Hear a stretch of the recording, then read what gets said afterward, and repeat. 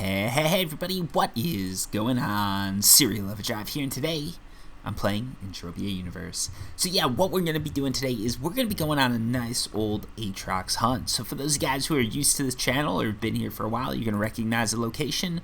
But for those guys who don't, we're going out with full sort of repaired everything and 115 PEDs of universal ammo. So I've been out here hunting, done pretty decent with these Atrox, so I figured I'd just keep grinding them out, see how I do. And what we're going to be doing today is we're going to be talking about some news, some big news in Entropia Universe. I'm not going to hide the story, I'm going to get right on with it. So Monria and Toulan, two planets in Entropia Universe, are merging. Or, depending on how you read into their press release, it looks like Monria might be sort of taking the lead, or at least that's how I read it. Now, I might be wrong, and those of you guys who watch these videos, you know that I'm wrong quite often. A lot of the time you'll go to my videos, you'll see people down below commenting like, hey, you're wrong on this. Sometimes the people are right, sometimes they aren't. But it's not unreasonable to say that I'm wrong. So if someone did call me out on something down below, just know that there's a possibility. But basically, here's what's going on. There's this company called, well, I'm not sure if it's like a virtual company in game, that's what it almost sounds like, or if it's like a real company, but basically Virtualsense.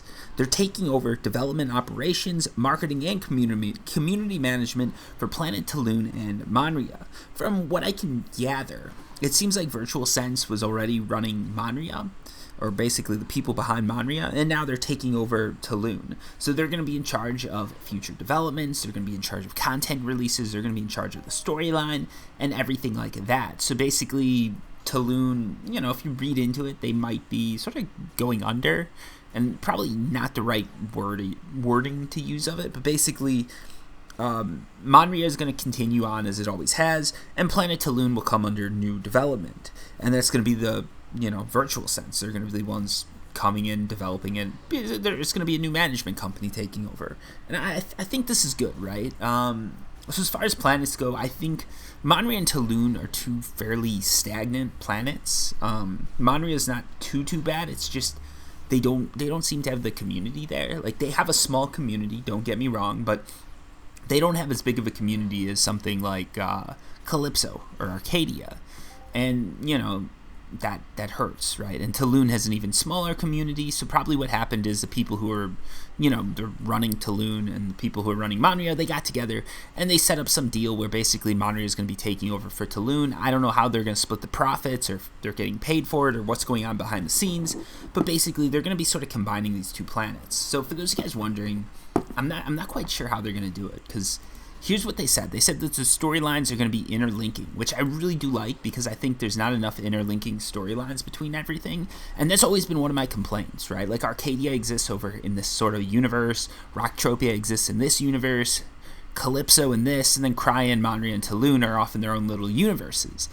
And that's great if you reside on Calypso, and that's okay if you reside on Arcadia, and that sort of sucks if you reside in Rocktropia, because Rocktropia is just not as big, but it's still okay.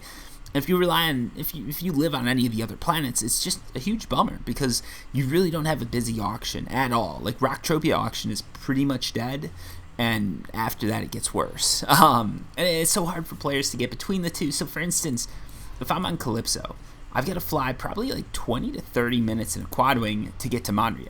Now, there are free jumps and free teleporters and all sorts of programs going, but then you've got to have a schedule, you've got to know they exist, and there's not really that much sort of airtime given to it, right? So it's like, you can get a free teleporter, I think, to Monria or maybe to Toulan too, but it's just not that big of a thing, right? And if you look at this is Monria. So Calypso is a pretty populated planet. This is Monria over here. And then if you look right over here, and this we're going to get into this. I can't click it. Hold on one sec. Right over here, this is Toulan. Okay, so Toulan's way off. Next to Toulan, you've got Next Island and Rocktropia. Both of these planets are pretty dead. And then over here, this is where you've got, I believe this is Cryan. I think I'm going to get these right. If I don't, it's going to be embarrassing. Yeah, that's Cryan. And then next to Cryan, you've got Arcadia. So in between Arcadia and Calypso, you've got Cryon, so that's a pretty basic stop for people. Not too far away from Calypso, you got Monria and Entropia, and way over on the other side of the universe from Calypso and Arcadia to the more popular planets, you've got Toulan. So as you can guess, there's probably not that many people going to it just because of that. And if you look at it, like, they just haven't done a huge amount of advertising or anything like that, so that does make it harder, right? And yeah, I think they suffered. I think one of the big things that Toulan suffered from was location. It works the same way with land areas. For those of you guys who aren't in the know, land areas, here's how it works, right? Like, if you've got a land area that's right by a teleporter, right on a teleporter, bingo, you've got some money-making opportunities right here. Big Industries, why do you think they paid for that land area, that teleporter? Because they've got 3 land areas here, big money maker for them, works out real nicely. Same here, right? Like, New Switzerland, these are, I think, at least initially, were all owned by the same person. Good money there. If you've got something, way down here, and there might be a teleporter here I don't know about, but if you got something way down here, no one knows of a teleporter, they're probably not going to be coming to that land area. And the same thing sort of holds true for the planets. The farther you are from everybody else, the harder it is to get people to go there. Because if I want to go to Toulan, I've either got to get on a mothership and pay someone to fly me there. Maybe I can find a free flight, but I've got to sort of rearrange my schedule and try and find that. And God help you if you're in a time zone that's not really that popular, because then you're just sort of stuck, right? And the other option is to get in my quad wing, hit, R or whatever it is to auto run, and then walk away from my computer for 2 hours, which is great, but now I've got a giant heater in the middle of my living room or bedroom or wherever, and it's just not the greatest experience, right? Like, one of the things about gaming, one of the things, even YouTube, right? If I post a 2-hour video of me just flying through space and not talking, even if I was talking, it's gonna be boring. People are gonna be like, Serial, what are you doing? And the same thing holds true when you're playing a game. Nobody wants to be flying through space for 2 hours because it's just not that exciting. Some players will do it, but I'm guessing there's probably not so much of an overlap between the people who are playing Entropia Universe and the people who are looking for that money. Now, I think there's a few ways that they could go about changing this, and I think, let's discuss this because it's sort of a natural topic. So I think, in my opinion, a great way to change this would be to have some sort of like stasis pod system, okay? So here I am, I'm on Calypso, I'm hunting. Let's say I get bored with it, right? I decide I'm not too big on Calypso. I want to move. I want to change planets, okay? So I get into a stasis pod, log off for the night. When I log back in, that stasis pod has been delivered to whichever planet I set it to go to for a nominal fee, right? Like, let's say a stasis pod costs something like, I don't know, 5 PDs, something like that, and it'll just sort of auto-teleport you across the universe. And the 5 PD fee, it goes to people who actually make that trip.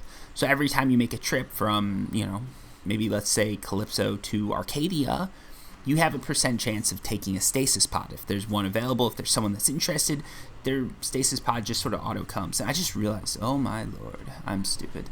So I'm using an LR30. I actually want to be using an LR25.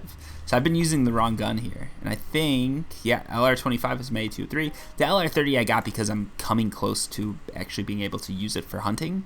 Unfortunately, I'm not quite yet maxed out on it or quite to a good enough section. You can see here, with this A103 I've got on it, I can do 30 to 61 damage. Ideally, I'd want to be doing something like 35 to 70 something damage, so I'm waiting until I'm in the 70s to switch over, and then I'll get that skill, a little bit of the skill increase bonus, but I'll still have a nice efficiency, and I won't be wasting too many PEDs with that SIB stuff. But anyways, I think a good idea for Entropia Universe would be to add some sort of stasis pod or something, some way that people can travel between planets for a set fee. And, when they log off, when they log back in, they've made the trip. And, you can make it so it's not gameable, right? You can make it so that a ship actually has to make the transfer. You can say, like, every quad wing has X amount of stasis pods in it. And, motherships have X amount of stasis pods. Maybe a mothership can take 100 people across and a quad wing can take 1, right? So then, a quad wing, if you make the trip, you can make an extra 4 PEDs. Mindark takes a 1 PED fee. A mothership, if they make the trip, they can get an extra 400 PEDs. And then Mindark gets, 1 PD per pod. Or maybe for motherships, they take less or nothing at all. I think it would be sort of a cool system if you had stasis pods or something like that, where people could just make this trip automated. And then, there's not so much of a barrier. Because the big thing, and this is sort of one of the things in tech, I deal with this a ton, right? Like, it shouldn't be a secret. So where I live, in Boston, I guess, yeah, I was in Boston. Now I'm on the West Coast or something like that. Anyways, in between. Basically, anytime you're in a tech city, right? San Fran, Seattle, Boston, New York, any of those, you're going to get a ton of offers from startups. And you've got to look at the barrier to entry anytime you're joining a startup. For instance, if there's a startup that says, hey, Serial, we've got this great idea. Okay, what we're going to be doing is we're going to have bikes. This is a pretty obvious idea. We're going to have bikes that people can just pick up off the street and use them. All they've got to do is tap their credit card to that bike. They can use it, and they're good to go. So the barrier to entry there is, A, you've got to get bikes in front of people. They've got to be in a good location. The person has to have a credit card, and they've got to be willing to use it on some random bike. Now, this, it's a small barrier to entry. If you put a lot of ads and everything like that, you can get people to do it. But if you've got a site, let's say a site like Facebook, but not quite Facebook, we'll call it Facebook 2.0, and we're going to get sued for this one because we're really clearly just ripping off their IP. Maybe copyright. I guess it would be copyright. We're ripping off their copyright there. Not their IP. Our system's much, much better. We just couldn't come up with a good name. Facebook 2.0, right? So Facebook 2.0, you log into it using your Facebook login, that little token they give you. Super easy, no barrier to entry whatsoever. People are going to jump in, and the barrier to entry is basically you need an account, and to create an account, it's super easy, right?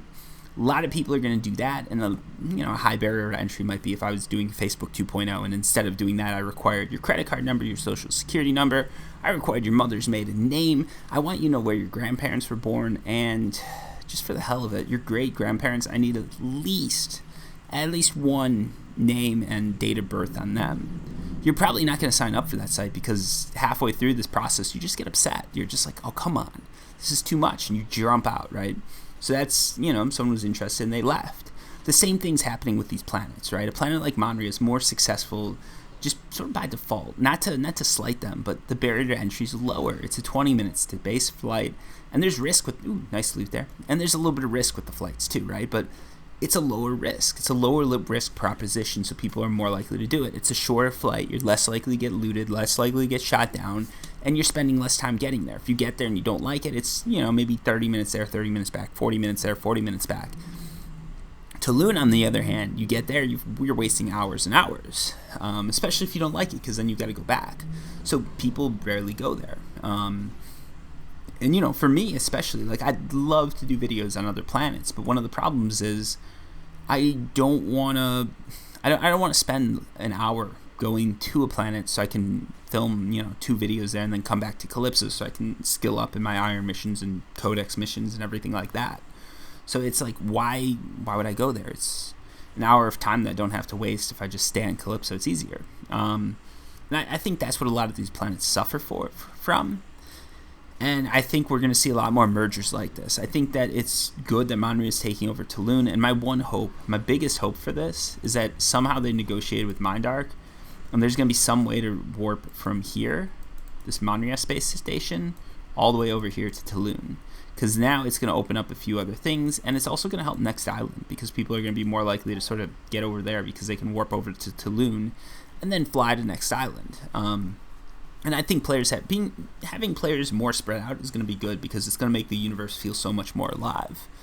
I'd love it if I could go to another planet and their auctions just popping off, and it's great. Everybody's having fun, and life is good. And I think that's another service that should be offered, right? Let's actually see what skill I got here. Ooh, look at that. 12 electrokinetic damage profession and level 24 in ranged BLP. Some of you guys are going to be saying I'm low skill, but whatever. It is what it is.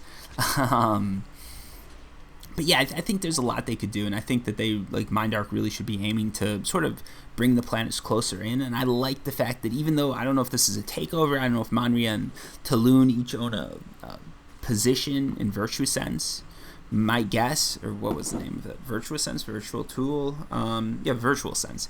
I don't know how that works, how that's split up, but it seems like Monria and sort of their developers are taking over. Whether that means that they're just going to be, the Toulan developers working with Monria developers now, or what, I don't know. But it's going to be really interesting to see sort of how they combine the storylines and what they do with it. It sounds like there's a lot of sort of property, estate, and sort of missions that are going to be coming along with it. So I'm super, super excited for that. And hey, if anyone from Virtualsense is listening to this video, if you've made it this far into a Serial Overdrive video, you're a true fan. But if you're interested, hit me up. Maybe we can work out a deal, and I can demo some stuff on your planets, some new features when they come out. I'd love to be there just to play into it. Now, I'm not always the most up to date on like what's going on the planets, but if you work with Virtualsense, you hit me up and say, hey Serial, like we'd love for you to try out this feature that's coming out here, take a look at these estates. Like I'm always willing to work with planets, and it'd be cool to have a little bit of early access and at least know when these updates are coming out. Like sometimes I don't see the update notes. That's the other problem, right? Unless I'm actively, like I'm in the Virtualsense Discord now, so Serial Overdrive there, but unless you actually know like what's going on and where to find the information, sometimes it's hard. Like if I want information on Toulan, I need to go and like search it out. Whereas with Calypso, I just log in and it's right there in my sort of client loader, and I can't get the same sort of treatment for Toulan or for Monria, and it would sort of be nice to see that even merged, because right now like it's very good if you're the owner of Calypso, because it means all eyes are on Calypso, because that's one of the more popular planets. But if you're one of those side planets, like nobody knows what's going on. Like Cryan, they could have introduced some crazy new thing, right? They could be like, we've got dinosaurs shooting lasers out of their eyes, and they're giving you 110% loot, and they're gonna say that in their version update.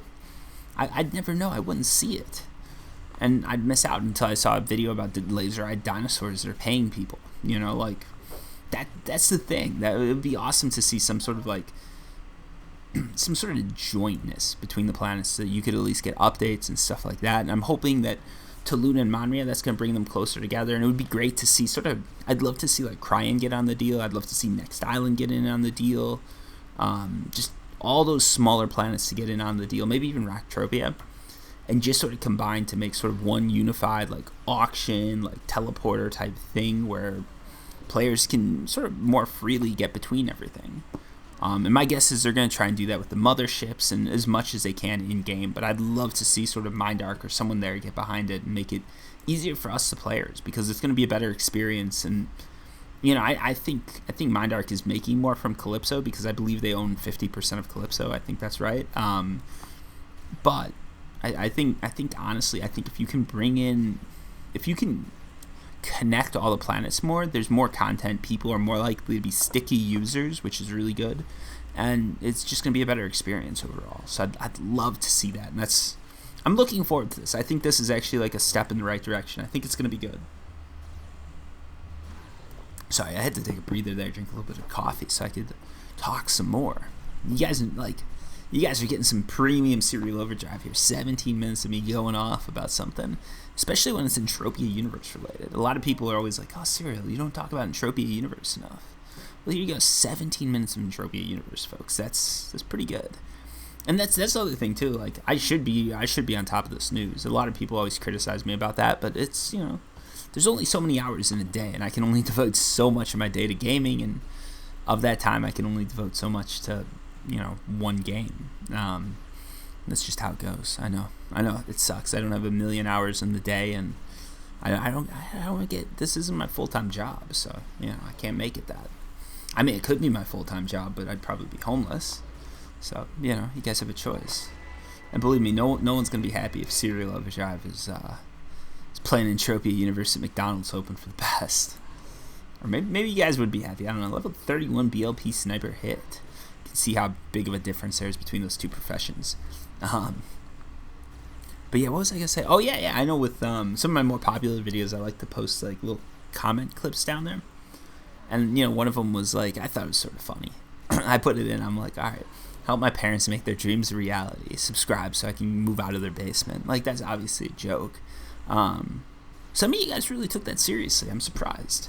I talk so much about being a computer developer, and I have all this sort of expertise. I'd hope that you guys could see it, like when I'm talking about this stuff, and I'm like, oh yeah, this and this and this and this, like there's a bit of money that's been put into training me. But yeah, somehow people are like, oh, Serial, have you moved out of your parents' basement yet? And it's like, yes, I've moved out a long time ago. If you go back a couple years, you'll hear where I'm talking about renovating a luxury apartment. Like, come on, you really think that like? But yeah, then there's those of you guys who comment on like almost every video, really mean stuff, telling me that I'm just I'm living off the droppings of society, just freeloading off their coattails. I don't know what sort of freeloading programs we have in the U.S., but they really aren't that good. I'm guarantee you, I'm contributing to those programs, but I'm not taking. I'm happy to do that. I'd love to contribute more, because I think less homeless people, a happier society. That's good for me. It's a better society to live in. It's one of the reasons that I think, like, when you're walking past someone who's like homeless, you can throw them a few bucks. You're not doing any harm. Don't give them a huge amount of money, because then, all right, we're gonna get into this. If you give someone that's homeless a huge amount of money, you can run into problems, because if they're not always addicted, but if they are addicted to something, it can lead to them buying like too much, right? Like, especially like heroin. If they buy too much weed, they're just gonna end up spending too much money on, like, I don't know, cookie dough ice cream or something. But if you buy too much heroin, you can overdose and die, and sometimes these people just don't have that sort of like control over things. And they're in a tough situation, so it's like, of course, like, I can't fault them for. Oh, we're running out of ammo here. I can't fault them for their their convictions and what they spend their money on, because it's like, if you're in such a shit situation that you're homeless, like, fine, do all the drugs you want, like, escape from reality, because reality's not treating you right. I 100% get that, but if you give them too much, they can just buy too many drugs and overdose. So you don't want to actually give someone who's homeless a huge amount of money. I think Mr. Beast actually talked about that, because he did that once, and he was some people warned him about that. But that's one of the things you learn, like, when you look into, like, what charities to donate to and stuff like that. Like, you realize, like, that's why some of these homeless charities exist, because if you just do it sort of like ad hoc and just give out money to people in the streets, like, the results could actually be quite detrimental, I guess you could say, to them. So that's a little bit of tip, but giving them a few bucks, that's always good. Helps people out, and there's no harm in that. So why was I talking about that? But yeah, I don't know, that's just me going off on a tangent. But yeah, I'm not homeless. I'm not living in McDonald's or doing anything like that. I do have a full-time job that I'm working probably like 50 to 60 hours a week now. So it's it's tough, right? But that's how it is everywhere, right? Like, everybody has layoffs, and then when people get laid off, you've got to work extra hours to make up, so the company doesn't suffer the more so their bottom line doesn't suffer, and then there's more layoffs. And it doesn't matter if you're a startup or IPO company or long-time company. Like, all the companies do this because that's and that's what investors want to see, right? They want to see good balance sheets, and as times get tougher, they want to see better balance sheets, and that's how you make a balance sheet better. You cut things. Obviously, since it's a pandemic, the easiest thing to cut sort of office space, and after that, it's people. No one's gonna cut servers, right? Like, Netflix is not gonna lower the amount of servers they have, because they want to serve people still. If their service starts sucking, no one's going to use it. But developers, like, yeah, if everybody's happy with their current service, they might be able to go a year or two sort of on autopilot, and then later try and catch up to the competition. And if no one's investing in the competition, then there's no one to catch up to, and they're good to go. But Amazon's getting some buku bucks right now, so they're probably putting some money into that. So that's I guess the competition is going to have to keep growing. Anyways, that's probably enough of that. You guys don't care about that. What else is going on? Ooh, you got 3 of these guys coming in. Look at this. My ghost armor is just tanking them. For those of you guys who are wondering why I can do this, there's 5B plating on my ghost armor, so that means that, like, provider's not going to be able to kill me. It also means I'm taking a lot of decay when they hit. Ideally, what you're going to want to see in Entropia Universe is, like, when a mob hits you, your health does go down a little bit, but you can, like, self-heal without... So you don't want to be pulling out your healing device and healing, but what you do want is a situation where you are getting some hits. When you're deflecting everything, that means you're just paying for every hit. If you're deflecting almost everything and just taking a little bit of damage, it means that self-heal comes into play, and that's free, so why not use it? So obviously this isn't the most ideal setup, and there's better setups you could use if you're using L armor or something like that. It's just... Ghost armor is very easy. You just throw it into a repair. It repairs. Like, everything's great. So it's easy use. That's why I'm doing it. And that comes back full circle. We're coming back. Ease of use, ease of access. That's where this comes from. I use ghost armor because it's easy. I repair everything super easy. Don't need to worry about buying new armor parts. Very easy. I like it. It's easy. I'm paying a little bit more, but it's worth it to me. Same thing happens with the planets, right? Like, I happily pay a little bit more to get to a planet, but when it's going to take me all this time, it's just not worth it. And here's the thing, I wanted to keep going until I got it global, but this is just taking forever. I got down a skill pill hill here. So for those of you guys who don't know, these neurobiotic boosters, they give you a nice 50% skill gain. You can get them from like loot boxes and stuff like that, and they're just, it's beautiful. You just get extra skills. So anytime you're spending more money, like almost any time you want to have these things going, because the thing with Entropia Universe is the more you spend, the more skills you get, even though it's not going to show up down here in your system gains, because you're going to be higher level when you do that, so the skills are going to be lower. If you chip those out, those skill implants are actually going to be worth more, right? So like, or no, sorry, that's not, I think it is, yeah, so there's like an exponential growth sort of thing to skills, and the higher you get, the harder it is to get skills, the more expensive it is to get skills, to get skill gains. So if you chip out like 1 PD of skills when you're a new player, it's going to take you a lot more skill points to get there. If you do it when you're an older player, it's going to take you a lot less. And what that means is when you put on a skill pill, if you're spending more money, you're going to be getting way bigger skill gains, and that's going to be going a lot farther towards sort of upping your skill level and things like that. So the more money you are spending, the more likely you want to be using at least a 50% neurobiotic booster, 50% skill booster. If possible, like the more the merrier, right? If you're out doing something that's sort of like your lower level in, it might not be worth doing, because again, if you're only spending a couple PECs per shot, you're not getting that many skills. But if you're spending, let's say you're spending like 200 PDs a shot, you definitely want to do it, because then you're going to be getting huge skill gains, and when you chip it out, you're going to be getting your money back. So always keep that in mind too, like skills are worth something. So if you use a pill, you can increase your skill gains, and then you can chip those out later and make some money off of that. A lot of the older players, it's like they're at level 100 or whatever, they can use all the gear they want. So when they chip out their skills, they're actually getting some money from that. So when they say like, oh, I'm making a profit, like some of their returns are from skills, and skills are something that people pay to chip out, right? MindArc doesn't really take any percent from that or anything like that. So like there's no TT, there is a TT value, but it's like, yeah, the TT value comes from the ESI. There's no real TT value or any loss for MindArc to give you skills. So they can do it all day, all night. They don't care. If you're making 100% back after selling your skills, you're getting a lot of that money off of players, not from MindArc. And the other thing too, so this is interesting. I think a loot talk would be good. We're 27 minutes in. No one's going to be watching. And my voice is getting hoarse. So here's how I think it works. I think a lot of people do actually get the loot pool a little bit wrong. MindArc is not taking money from the loot that you get. They're not taking money out of your ammo. They're actually taking repair costs. At least that's what they said way back. I think it was repair costs that they take.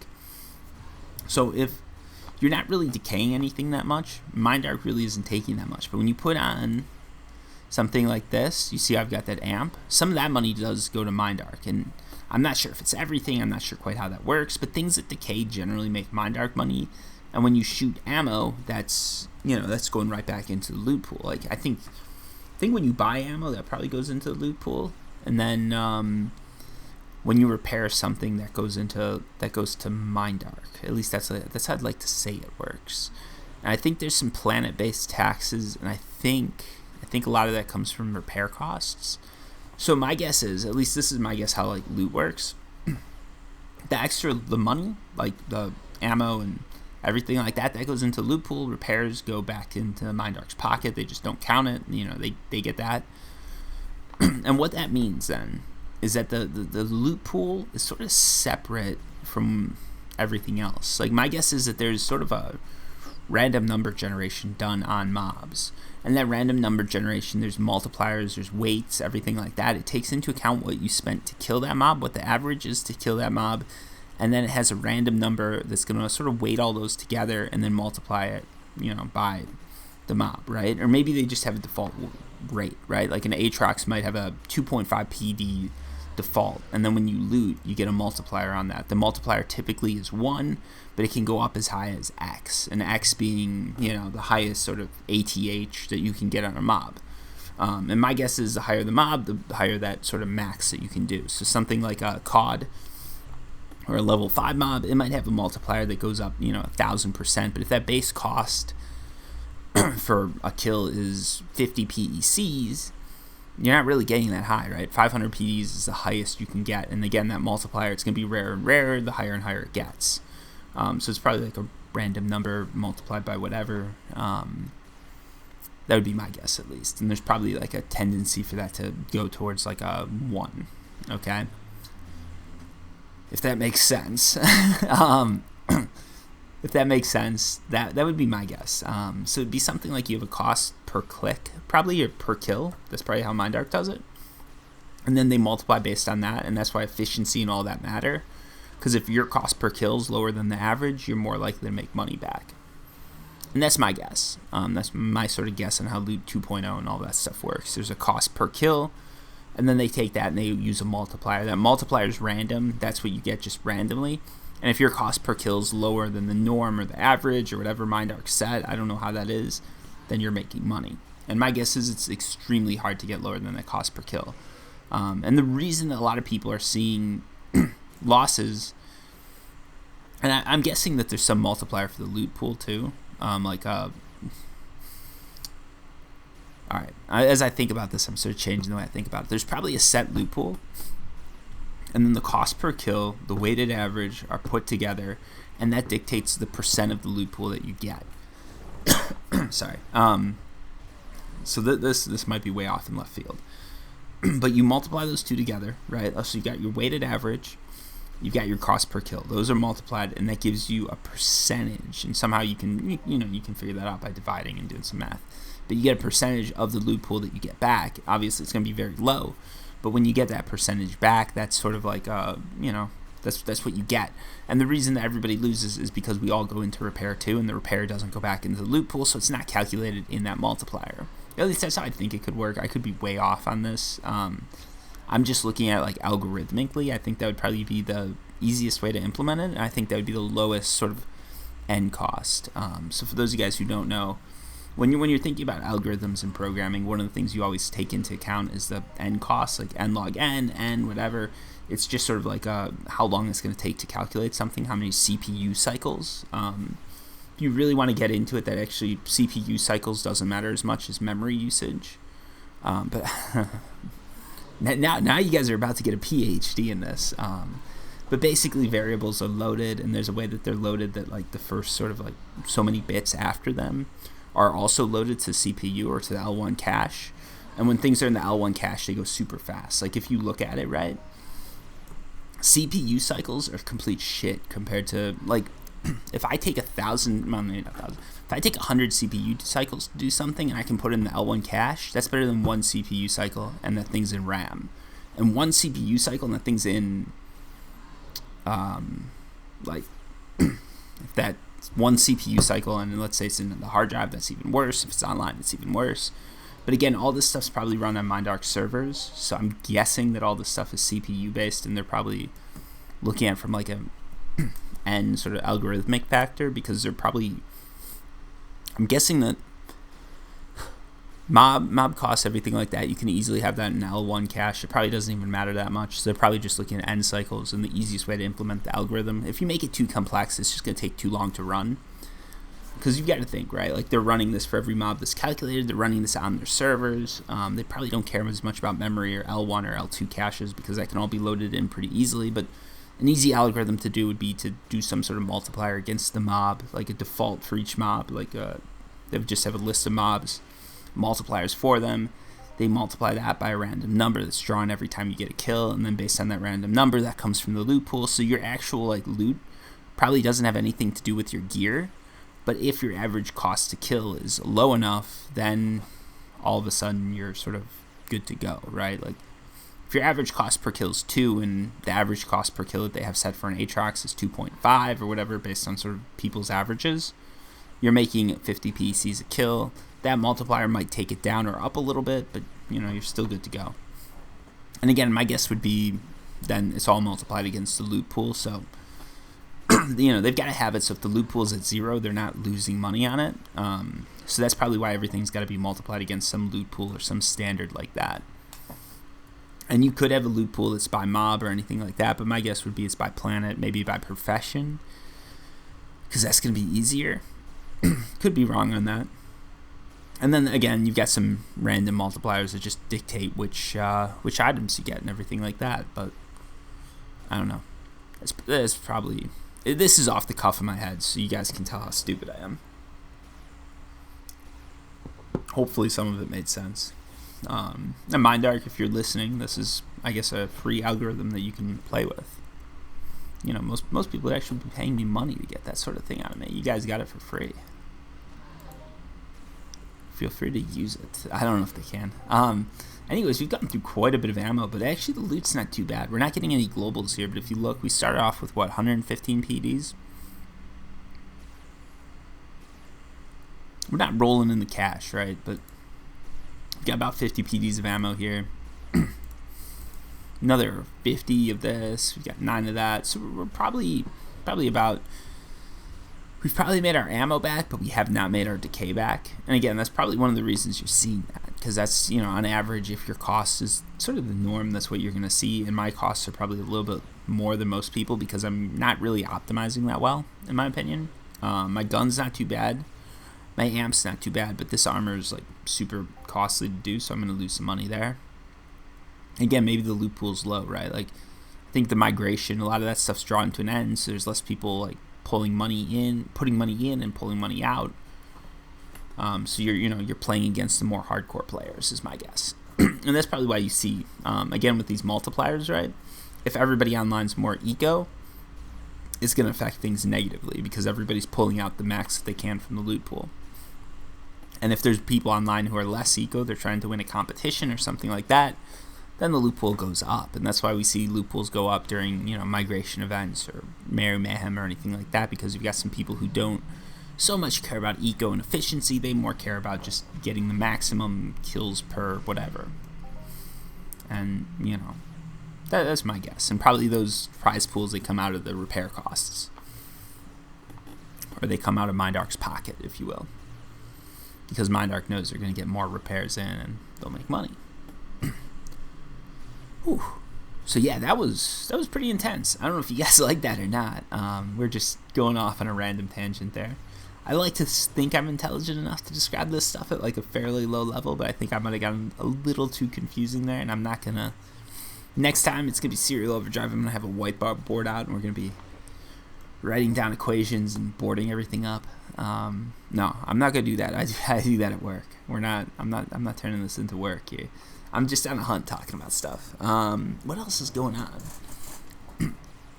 So I think that loot pool thing was actually sort of cool. Give me an idea for how it might work. And it doesn't really tell you how to exploit it. Basically, you know, the lower the efficiency, the better. From what I've seen, if you spend a ton of money killing a mob, it doesn't necessarily mean that you're getting more loot back. But I think MindArc said, like, I don't know. I know you get your armor, like some of your decay costs back when you get, or some of your costs to kill back when you get killed, when you turn a mob. And then armor is counted into that. So there is some sort of counter for that thing, and that's probably added. That's probably another multiplier that they have, I guess. So, you know, there's obviously a little bit more to that there, but I'm guessing it's a lot of just multipliers that just end up giving you a percentage of whatever you pull from the loot pool or something like that. And, you know, maybe they have a loot pool just for Atrox or anything like that, but I've never seen loot go up or down if everybody's hunting a mob. So that's why I don't think it's based on the mob, but I have seen loot pools go up and down based on how many people are online or sort of what big events are going on. So that's my theory. And it's completely based on nothing, so don't read too much into that. Whew, we're 40 minutes here, and my voice is like getting a little raspy. But I really want to stay till I get that global. This is how you get sucked in, people. You're just going for that global, you're hoping you'll get it, and you just keep spending more and more, and you never get it. Yeah, I've definitely taken some losses on this one. This was not my greatest hunt, but I like hunting Atrox. This is sort of a cool location to do it in. I was out here earlier, maybe like a couple days ago or a week ago. I got a few like 100+ PD hits on these guys. So overall, the Atrox have been very, very nice to me, I'd say. It's just this recording, they haven't been the greatest. I was really hoping we'd get a global because it was make for pretty good screenshots, but we'll have to make do with something like this, I guess. I don't know. It'd be cool if I got global right now. Of course I won't. That's one of the things I do like when I'm doing the event mobs, like Big Fred or something. I can sit down and I know like every kill there's a good chance I'm gonna get loot, so I can sort of set my avatar up like this, and then I'm more likely to get a global than not. So it's like, okay, I just set it up like this for a couple kills and I'll get a really cool screenshot. I mean, this isn't a bad screenshot, but it's much better with swirlies. Because we're much more clickable, I guess. Clickbaity. It's not really clickbait though if my global is from this video, is it? So what else is going on in the life of Serial Overdrive? Not too much really. I'm just sort of playing my games here and there, relaxing a bit, and just been busy with work, man. The quarantine stuff really has me like locked down, and there's still a lot of stuff going on in the background that I'm not gonna talk about. But like, jeez, it's been a rough year. I'll tell you that much.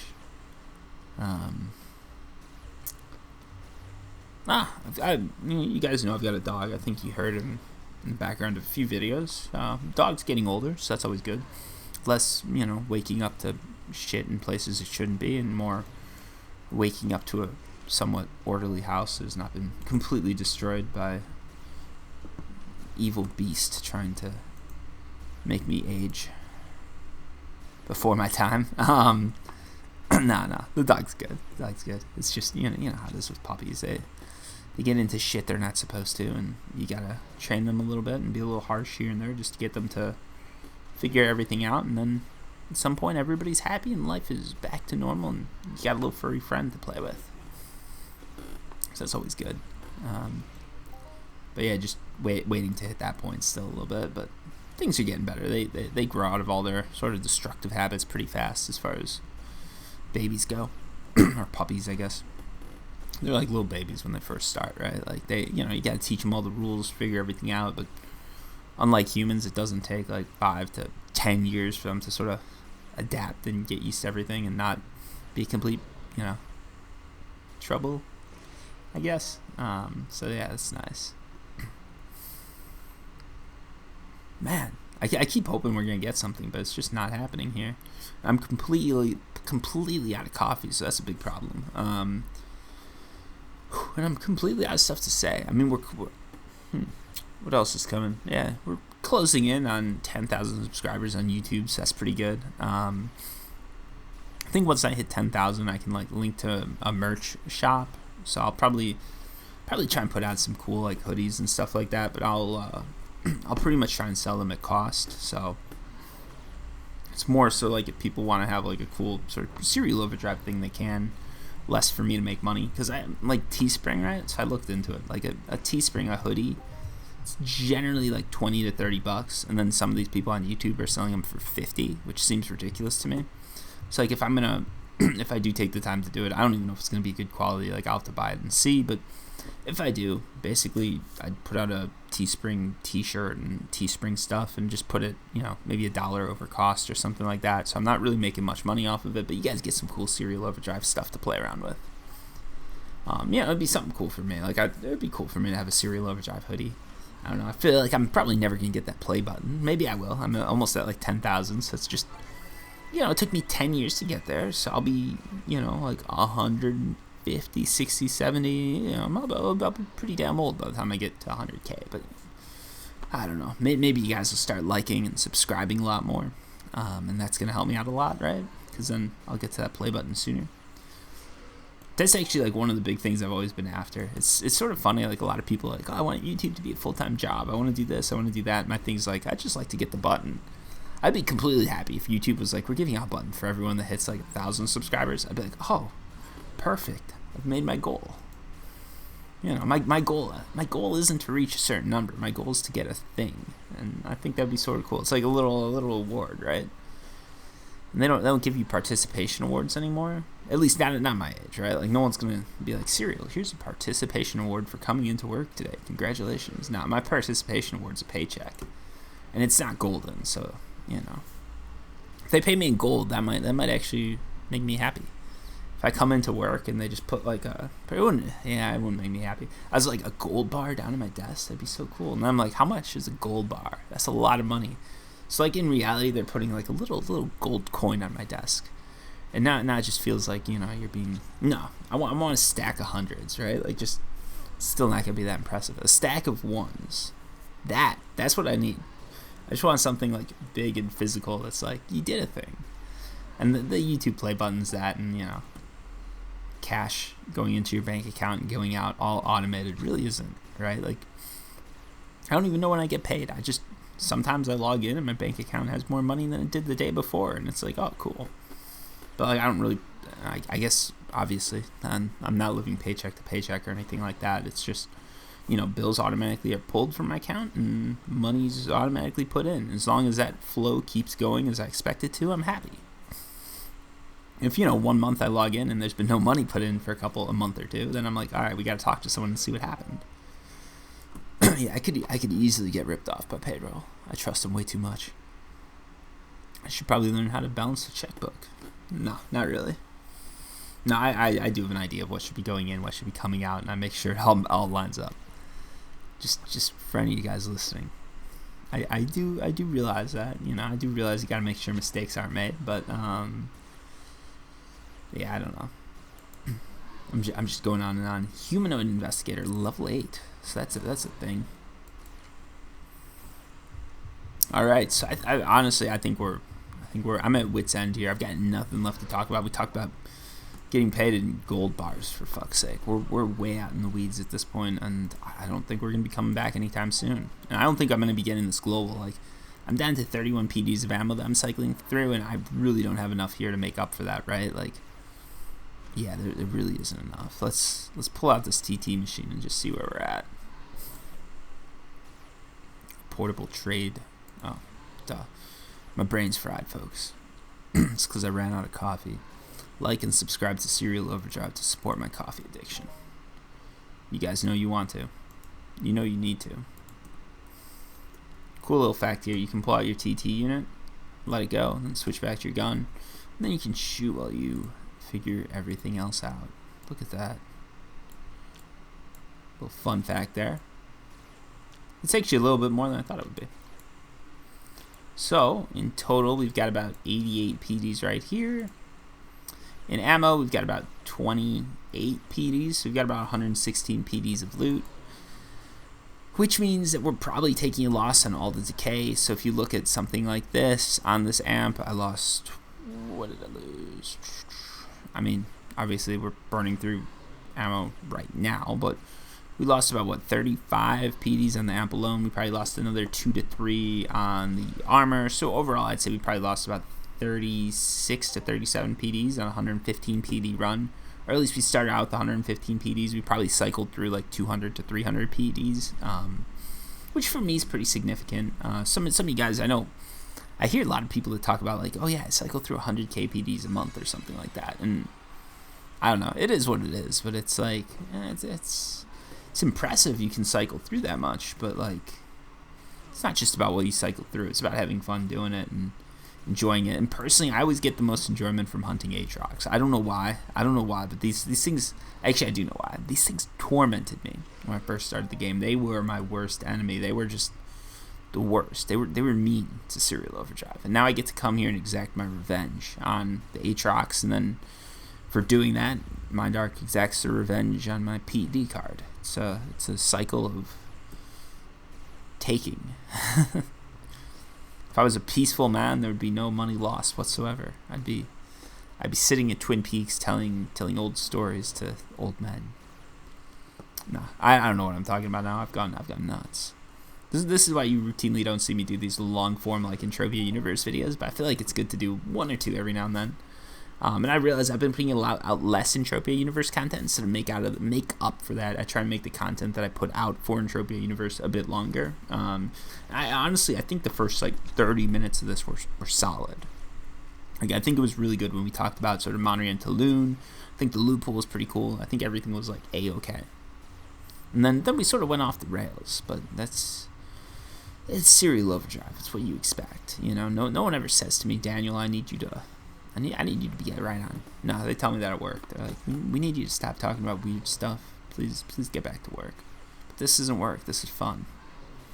Unless you're talking to someone who says I waste my life playing video games, and then I'm actually a YouTuber. I don't play video games for fun. I play them for work. I play them for money. we don't talk about how much money I make doing this, because that'd be faux pas. And for me, it's a faux pas mainly because I don't want to admit that it's still a waste of my time. Still a lot more time I'm spending doing this than I should be. But when people ask, it's like no. I'm not spending Friday night playing video games. I'm spending Friday night working hard. Yes, that's right. You might see me playing video games. It might look like I'm having fun, but in reality, this is work. And ooh, look at that maximum health increase. That's like a Hoff right there. No, I always say that though. I'm like, yeah, I'm not playing video games. I'm not having fun. I'm working. You go to work, right? Like this is a form of work. And in reality, I'm having a great time. I'm enjoying this. It serves me. I have fun talking to a microphone and pretending that people care. So yeah, I have a lot of fun doing this. But it's always a joke when I'm like talking to the significant other, I guess that's what you say. I'm like, yeah, I'm gonna do a little bit of work, and she's like, all right, are you doing work? Or are you taking your video gaming laptop and playing some games in another room, talking to a microphone? It's like, should be the first one, most likely the latter, as I'm walking away with the mic and a gaming laptop in hand. I never combine the two, by the way. Like my work laptop is. So my work laptop is actually more expensive than my gaming laptop, and it's literally like the best laptop on the market. It's I think the price of that laptop when you add in like aftermarket costs to it, because there's like aftermarket parts in it, it's like I'd like to say like $8,000 laptop. And that it has like a better graphics card. It has, I think like. It is the most RAM you can get in a laptop. Actually, yeah, it's like a crazy laptop. The specs on it are crazy. Like it can run, if you want 2008 terminology, it could run high crisis on very high with realistic photorealistic mods, like all sorts of crazy stuff on it because of just what I do for a living. But I never use that for gaming because then I don't know. My work stuff's for work, and my home stuff's for home, and that's just how it is. So I have a work laptop and a gaming laptop, and my gaming laptop is shittier than my work laptop. And there's some people that are like, Serial, the solution is to buy a desktop, but just don't have the space for it. I like being able to switch everything out. Ooh, we're running out of ammo here. That's why I use a laptop, like for people wondering. It's just way easier for me. Like I have my laptop down here. I want to switch it out, I just pick it up and move it to somewhere. So when people come over, when people are staying with us, I just sort of put it away in a closet. If it's a desktop, there's just a whole like time to set up and everything like that. It's easier for me to just have this sort of thing. And then back before COVID, when I travel for work, I could easily bring this laptop with and play games in the hotels or whatever, and give me something to do at night rather than just like sitting there and watching TV. Like Criminal Minds is like a guilty pleasure of mine, so that's like my thing, right? Like everybody's like, "Hey, Dan, are you watching that like weird serial killer show again?" And I'm like, no, I'm not. I'm watching something else. And slowly, turning it off and pretend no. But then, when I'm on not vacation, when I'm on like a work trip or something, I always throw that on the TV because it seems like no matter what time it is, if it's like nighttime, Criminal Minds is playing, so it's like a nice little background thing for me to watch while I play with my phone or whatever. But it's good to have a laptop with so I can play some games too, and I like it. And a game like Entropia Universe is actually perfect because it's not. We're gonna go for an hour on this, then we're gonna call it. But Entropia Universe is perfect, like a perfect like hotel game sort of thing, because I don't really need like a gaming mouse or anything too crazy. I just bring a laptop along, pull it out, and play the game. It's super easy. Like you can literally play this game on a mouse pad, right? And as long my whole setup's actually pretty mobile. Like the peripherals I have attached to do this video, I literally have a mouse and a Blue Snowball microphone, and that microphone's like a super cheap mic. Yeah, maybe I'll go into it one day because I know a lot of people like they spend a ton of money to set up for like YouTube and streaming and everything like that. And the truth is, like you can do it for so cheap. Assuming you have a gaming laptop and everything like that, the only thing extra you need to make YouTube videos, the only thing you need to pay for is a microphone. So what I've got a Blue Snowball microphone. I'll probably upgrade at some point. Like once I get I'll probably at some point like at some point soon be moving into like a bigger place, and then I'll have more of like a, because obviously like my whole workplace is like with COVID like being ravaging fucking the whole continent. I'm probably gonna be work from home until like 2021, and I'm in a profession where it's pretty easy to work from home. Like, you know, some people can. That really sucks. You know, those of you guys who are out there like every day working, like, you know, you need to work and you're out there working, like, thanks, you're doing good. But yeah, I don't need to go to work so it's most likely gonna be work from home. So I was like, let's move a little bit farther away from the city, get like an extra bedroom and just set everything up, and then I can get like an actual mic, and I can, you know, plug my work stuff in. I can use my mic so I sound better in meetings and everything like that. And then for YouTube it works too, and it's a nice little tax write-off. Actually, I think it would be a tax write-off no matter what, because the government taxes my YouTube revenue, so they can suck it. I'm just going to start talking about everything I buy, and it's all a tax write-off. Today I purchased coffee, a soda, Oreos, and a Domino's pizza, and that's all a tax write-off, because now we're talking about it, and it's content, right? I don't think it works like that. IRS, if you're listening, I'm not going to do that. I'm legit. Yeah, I don't fuck with the IRS. It'd be something you don't want to do. But yeah, probably when I do that, like, I'll get more of like a legit setup. Like, then I'd probably get a desktop, legit mic, everything like that. But for now, it's like really nice setup that I can just be mobile with. Because honestly, like, if I was going to travel, I'm probably adding an extra 5 to 10 pounds to my bag, right? Like, if I take recording equipment and everything. So it's literally just laptop, loose snowball microphone. I've got a little gaming mouse. That one I don't really bring with me because it's just some like third-party like Chinese one, but it works pretty good. It has pretty high DPI, and that's all I need. I'm not a pro. Like, I'm not running around telling anybody I'm the best gamer on the face of the planet. I'm not Ninja. I'm not Shroud. I'm nothing like that. So like, I don't need to be the greatest. I just like to have fun with it. You know, for an RPG that you're playing on your own, or for a game like Entropia or Warframe where you're just sort of playing the computer, it's easy. In Rust, I get killed a lot because I don't have the highest DPS or anything like that, but it's a price I pay. I'm fine with it. But yeah, it's a super simple setup, and it's actually pretty cheap. Like, when I see these people that are like, yeah, Serial, I spent $1,000 on a mic, a camera, a mouse, I'm ready to game. And it's like, dude, that's cool. Like, that's cool, but you realize you didn't need to do that, right? Like, you don't need that SM7B. All you need is like a USB microphone that you plug in, and then you just go. Because that's what I do. Like, I use Audacity for recording my audio, like the microphone, right? That's how I record this, what you're hearing now, my voice. And then I just use a Windows game recorder to record this actual gameplay that you're seeing. And then I go in DaVinci Resolve, combine it, and that's all I do for an Entropia Universe video. But DaVinci Resolve you can also use for editing. Same with Audacity, you can use that for editing video. So if I want a little bit, like what I've been doing recently, I add a little bit more of a bassy sound to my voice, so it sounds like the microphone's a little bit higher quality. And then I also do have like a filter that I've got going over the microphone, so it's the P's sound a little bit less like bad. If I was, I'll do a full video on this, but if I was going to do like a more legitimate setup, like a more like high-end setup, what I'd probably do is get something like a GoXLR, which is that's a mixer. I'd plug in an SM7B to that. That's probably going to run me that would probably run me an extra like $800 to $1,000. You get a boom stand for the SM7B, so you can just swing it in and out when you're recording. And then the mixer you can use to sort of adjust the volumes on the fly. You could pipe it all back into your headphones so you can actually hear yourself how it sounds. Right now I don't have that set because it throws off my talking and I'm just talking to myself. But if I was doing something where I'm talking with other people, it's good to hear my own voice in my head. Now I sound crazy. It's good to hear my own voice in my headphones, because then I know like what I sound like and I can adjust the audio on the fly, especially if I got a mixer. Right now I adjust it after the fact, so it really doesn't matter. Like, some people are going to say I'm lying, but it doesn't matter. Like, as long as I know that my audio quality is about the same as it always is, it doesn't matter exactly how it is, because I can just fix it in post-editing, like post-production. I say post-production, but it's really just like throwing a quick few tabs here and there. But I can fix it there. It's super easy to fix.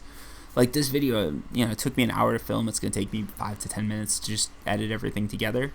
My more advanced videos, like the how-to guides and stuff, those probably take, again, they probably take like 5-10 minutes to film, and then I spend maybe an hour to an hour and a half editing them. So like the full runtime for a video, like to edit, probably takes only like an hour to 2 hours, just to add in some quick like flips and everything like that. And once you have an idea, I can just run with it. But yeah, I think the setup I have is actually pretty convenient. I think the reason a lot of people don't talk about this is because people get mad, right? Like if people find out that you've got a decently, like, let's face it, my YouTube channel is actually doing pretty decent.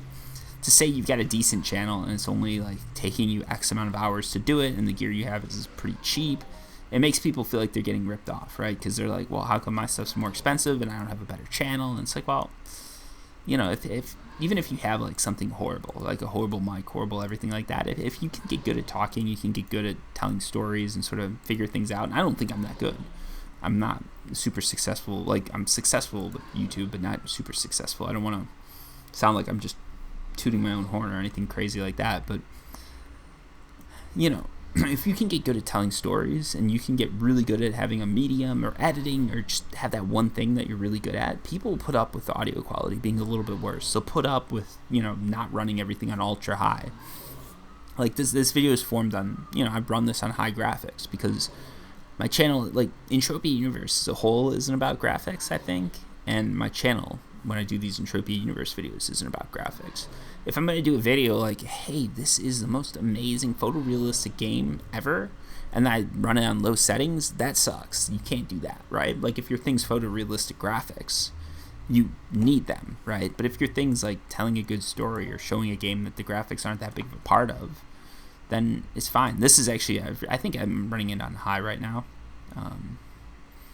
So it's not too far behind, but usually my gameplay is like medium to high on most games, even on Rust.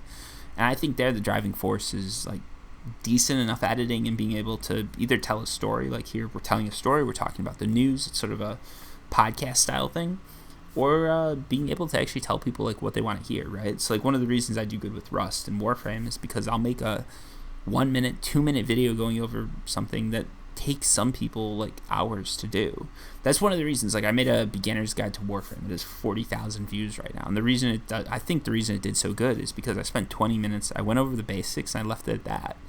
And there's other people that make great videos, but their beginner's guides to Warframe, they have like 200, 300,000 views. They've been extremely successful, but they're hours and hours long, and I understand why, because it's hard to break it down into something that's just 20 minutes, but if you can do that, I think that there's a pretty significant market for that because you're not overwhelming people.